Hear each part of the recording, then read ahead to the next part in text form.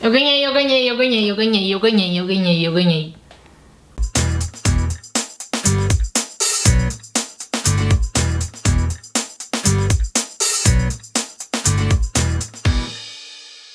gente, eu sou a Gabi. Eu sou o Roberto. Você está no canal do Rusgeek. E bem-vindos ao vídeo de leituras de setembro. Que eu ganhei. Então, já que você ganhou, você vai primeiro. Mas eu sempre vou primeiro.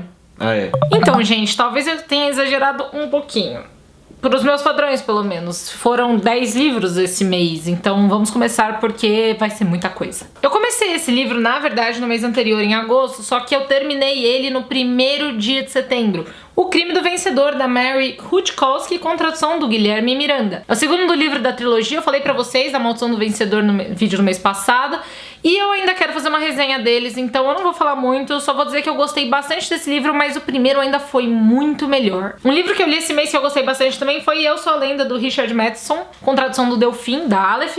O Rob fez pra vocês um clássicos da ficção científica desse livro, então se vocês quiserem mais informações, eu sugiro que vocês deem uma olhada. Eu, pessoalmente, gostei demais desse livro, é um livro bem curto, apesar do tamanho aqui. Ele não é muito grande não, ó. As páginas são com pouco texto, deu pra ler bem rapidinho, é um livro perturbador, não é assustador, não dá medo, mas você se sente perturbado com o destino do personagem principal, e ele tem vampiros. Acho que isso é o suficiente. Eu li também um YA muito legal que foi Laranja Mecânica. Não, pera, eu li muitos YAs, Laranja Mecânica não foi um deles, do Anthony Burgess. Na verdade, por mais que os personagens sejam adolescentes, esse livro definitivamente não é um YA. Na verdade, ele é muito pesado, trata de temas como tortura, condicionamento por meio de lavagem cerebral e de outras coisas assim. Eu fiz um clássicos da ficção científica, então se vocês quiserem, eu vou deixar aqui pra vocês. A tradução é do Fábio Fernandes e essa edição da Aleph de 50 anos tá muito bonita. Eu li também esse livro, Uma Criança Única, da Guo Jing, que é uma autora chinesa. É um livro só com imagens, não tem texto. Ele é maravilhoso, olha esses desenhos, gente, olha que coisa mais fofa. Conta a história de uma criança que se perde indo pra casa da avó, e aí ela vive aventuras mágicas com criaturas incríveis. Ai, gente, eu fiquei... Nossa, é um livro pesado, apesar de parecer bobinho, e eu comecei a chorar. Gente, é muito lindo, vocês deviam muito ler, da VIR. Eu vou deixar pra vocês aqui embaixo, porque vocês precisam conferir esse livro, ele é muito fofo. Eu li um total de 4 YAs esse mês, então eu vou começar falando pra vocês de Os Bons Segredos, da Sarah Dessen. Eu recebi esse livro porque o pessoal do INCX nos recomendou pra receber da editora. Eu tinha deixado ele meio de lado, e aí eu resolvi ler, porque me pareceu interessante. E, gente, é um livro muito bom. Eu nunca tinha lido nada da Sarah Dessen. E é um YA que conta a história de uma menina cujo irmão foi parar na prisão por roubos e drogas, e como ela e a família lidam com isso. A história é bastante pesada, tem umas questões muito interessantes que ela aborda nesse livro, mas eu vou fazer um vídeo mais longo sobre os YAs, então eu vou deixar aqui pra vocês só essa recomendação. A tradução dessa edição da seguinte é do Christian Clemente, e eu... infelizmente teve um problema no meu livro, ele veio com defeito, mas enfim, eu consegui ler. Um outro YA que eu li esse mês foi Redoma, da Meg Wolitzer, com tradução do Alexandre Raposo. Quem enviou pra gente foi a Globo Out. E é um YA de uma menina que vai pra um internato porque ela não consegue lidar com a morte do namorado, ou ex-namorado, enfim. E por meio de diários meio mágicos, a professora de inglês deles faz com que ela e outros alunos aprendam a superar os problemas que os levaram até ali. A premissa do livro é muito legal, o final é muito interessante, mas eu achei um pouco fraco. Eu li também Algum Lugar nas Estrelas, da Claire Vanderpump, com tradução da Débora Isidoro. Esse livro veio na segunda caixinha do Turista Literário, e todo mundo já tinha falado que ele era muito bom, que ele era muito bonito, e eu resolvi dar uma chance, e ele realmente é tudo de bom e muito bonito. Ele conta a história de um garoto que é autista e do melhor amigo dele, e eles saem numa aventura pra procurar o Pi. Não o Pi da vida de Pi, o número, 3,1415,9, e por aí vai. E todo o livro é baseado na busca deles, nessa história fantasiosa.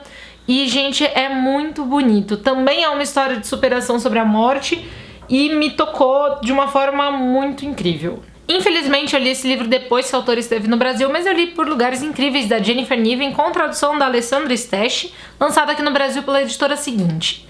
Todo mundo tinha me falado que esse livro era muito pesado e que eu ia chorar pra caramba, e realmente isso aconteceu. É um livro que trata sobre suicídio na adolescência e tem uma trama muito legal, muito bonita, de dois amigos que se conhecem quando eles na verdade estão tentando cometer suicídio. e a forma como eles tentam superar esses impulsos e como a menina, a protagonista, tenta lidar com a morte da irmã. Eu achei que eu ia chorar mais, mas na verdade eu acho que quando você tá lendo no ônibus, você se segura um pouco pra chorar menos. Se eu estivesse lendo em casa, eu tenho certeza que no final eu teria me debulhado em lágrimas. Eu li esse lançamento aqui, A Casa de Vidro, da Ana Fagundes Martino, que é uma amiga nossa e meio que minha ex-prima, como a gente costuma brincar. E ele tá disponível gratuitamente lá na Amazon, se você quiser baixar. E é um livro muito, muito legal, que fala de uma história meio de fantasia na Inglaterra, assim, e tem amores, e tem magia, e tem coisas inexplicáveis, e é muito, muito bonito, mas eu acho que você devia ler pra saber mais. E aí a Intrínseca me mandou Nimona, da Noelle Stevenson, com tradução de Flora Pinheiro, e no dia que eu peguei isso aqui na caixa postal, eu sentei no ônibus e li ele praticamente inteiro, e aí na volta do trabalho eu terminei de ler. E gente, que quadrinho mais legal, que quadrinho mais bonito e que coisa mais fofa. Parece uma história super bobinha de um vilão que agora tem uma pessoa que vai ajudar ele, que é a Nimona, e do herói padrãozinho, loiro, tal, bonitão. Mas é muito mais do que isso, é uma história cheia de reviravoltas, cheia de discussões muito interessantes, e eu tô apaixonada por esse quadrinho, gente. Eu tô falando pra todo mundo ler, porque ele é maravilhoso. Aliás, obrigada Intrínseca por ter nos mandado, e agora é a vez do Roberto. Bom, como a Gabi bem disse no começo do vídeo, eu perdi! Estou devastado, meu orgulho masculino está em frangalhos. E o pior é que eu nem tenho desculpa, porque esse foi provavelmente um dos melhores meses que eu tive esse ano. Eu li 8 livros. É lógico que a Gabi, então, justamente no meu melhor mês, decidiu desembestar e leu 10, mas enfim, foi um mês bastante bom pra mim, então vamos começar. Os dois primeiros livros que li mês passado foram um Q84-2 e um Q84-3, ambos do Haruki Murakami, que foram lançados pela Alfaguara, com tradução diretamente do japonês de Lúcia Hashimoto. O livro 2 foi o que eu mais gostei da trilogia do Murakami por 3 motivos. Primeiro, ele é consideravelmente mais curto que os outros dois. Segundo, porque ele adiciona uma carga dramática nos personagens que não estava presente no primeiro e que não é carregada no terceiro. E finalmente porque ele deixa um gancho muito bacana para o último livro. Em compensação, um Q84-3 foi o livro que eu menos gostei da trilogia. E sim, muitas pessoas me avisaram para eu não ficar esperando por respostas para os acontecimentos misteriosos que estavam ocorrendo nos últimos 2 livros, mas mesmo assim eu achei que o livro foi simplesmente incompleto.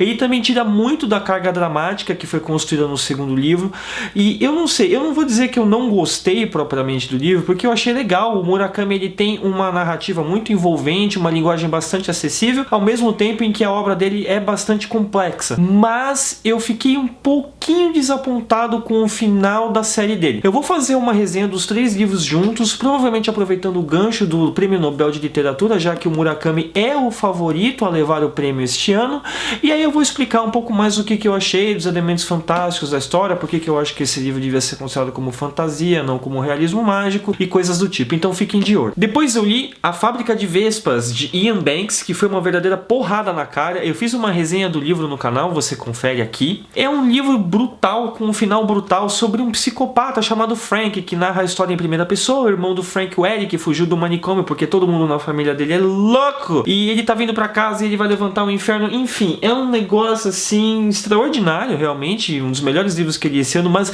muito, muito, muito, muito pesado. Esta edição é da Dark Side, conta com tradução de Leandro Durazzo. Depois eu li Selva de Gafanhotos, de Andrew Smith, porque eu precisava de algo leve para me recuperar da porrada na cara que foi A Fábrica de Vespas. E Selva de Gafanhotos é um aí super leve, super divertido, sobre um menino que tá dividido entre estar apaixonado pela sua namorada e pelo seu melhor amigo, e no meio dessa zona na qual ele não consegue decidir muito bem qual é a sua orientação sexual, ele precisa enfrentar uma horda de louva-deuses gigantes de 1,80 m de altura que são carnívoros e estão tocando terror na cidadezinha onde ele mora, em Iowa. Ou seja, o de sempre. Esta edição em marca-texto da Intrínseca conta com tradução de Edmundo Barreiros. O 5º livro que eu li em setembro foi Hacking, Sonhos Proibidos, do PT Rissati, que não conta com tradução de ninguém, porque o PT é brasileiro e o livro é escrito em português, embora o PT seja, sim, tradutor, mas esse livro é dele. Enfim, Hacking conta a história de Ivan, e o Ivan vive numa distopia onde os sonhos são proibidos, as pessoas tomam remédios e assim elas param de sonhar, e é óbvio que o Ivan eventualmente vai esquecer de tomar os remédios, e quando ele esquece, ele sonha,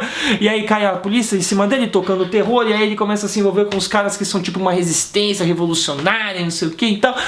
É bastante divertido. Eu achei um livro muito interessante, eu gostei muito, eu achei ele muito bem escrito, mas eu queria que ele fosse um pouquinho mais longo, tipo, a mancha dele dele é minúscula, as letras são enormes, caiu alguma coisa dele que eu nem sei o que é, e as letras... Enfim, ele tem 200 páginas, e eu achei a história interessante, eu queria mais, eu queria passar mais tempo com os personagens, mas não, ele falou, não, eu vou escrever só um pouquinho, porque o livro foi feito assim... por projeto, e aí, enfim. O sexto livro que eu li mês passado foi Alerta de Risco, do Neil Gaiman. E bom, é um livro do Neil Gaiman, certo? É um livro de contos, muito bom, era tão bom quanto eu esperava que fosse. Alguns contos são melhores, alguns contos não são lá tão maravilhosos, mas todos, no geral, é uma leitura muito bacana, muito prazerosa, muito divertida e, como sempre, muito perturbadora quando se trata de histórias do Neil Gaiman. Esta edição é da Intrínseca e conta com tradução de Augusto Khalil. O sétimo livro que eu li mês passado foi A Casa de Vidro, da Ana Martino, que a Gabi acabou de falar pra vocês. É uma história muito bacana, essa autora também é brasileira, então o livro não foi traduzido por ninguém. É o primeiro livro que a autora publica aqui no Brasil, e é uma história muito bonita, muito delicada, sobre uma moça chamada Eleanor, que se apaixona por um jardineiro misterioso na Inglaterra vitoriana. É uma história de fantasia muito, muito bonita, muito delicada, tremendamente bem escrita, me deixou com uma baita inveja, e eu falei isso na cara da autora. Enfim, gente, tá de graça na Amazon, então assim, vocês não têm desculpa pra não ler. O oitavo e último livro que eu li em setembro foi The Raven King, da Meg Stiefvater, quarto e último livro da série dos Garotos Corvos, que é provavelmente uma das séries de fantasia que eu mais gostei de ler nos últimos anos. O livro vai ser lançado pela editora Verus aqui no Brasil este mês, mas eu não aguentei, eu precisei ler ele antes. Aliás, a Gabi comprou esse livro pra mim em abril, ele veio chegar em agosto, mas tudo bem. No último capítulo da saga, nós acompanhamos os personagens principais, o Gensen, o Adam, o Ronan, o Noah e a Blue, que vão de encontro finalmente ao rei misterioso e celta Glendower. Não é o melhor final possível, mas eu acredito que quando se trata de finais de série, normalmente eles não chegam aos pés das nossas expectativas. Mesmo assim, achei que foi um bom final, tem muitos furos, tem muitos problemas, mas eu e a Gabi queremos fazer uma resenha completa dos 4 livros pra vocês, então depois que ela ler, a gente vai conversar mais a fundo. Então, gente, foi isso, eu perdi! Eu estou em prantos, meu orgulho masculino foi dizimado, enfim, parabéns pra Gabi. E é isso, gente, eu espero que vocês tenham gostado do vídeo que eu ganhei, é o segundo mês no ano que eu ganhei. E é a primeira vez que você documenta isso no Rosgeek, porque da outra vez a gente não gravou o vídeo de leituras. A gente gravou do trimestre, e aí no trimestre ele ganhou, mas naquele mês eu tinha ganhado, enfim. E como vocês viram, foi uma vitória justa, porque deu a louca mesmo. Gente, eu tinha lido 4 livros em 3 dias, então assim, foi... Eu sabia logo de cara que eu tava ferrado. Foi justo. Se inscreva no canal se ainda não for inscrito. Deixa seu joinha. Comenta aí qual desses livros você leu, qual desses livros você quer resenha. E até a próxima. Tchau, tchau.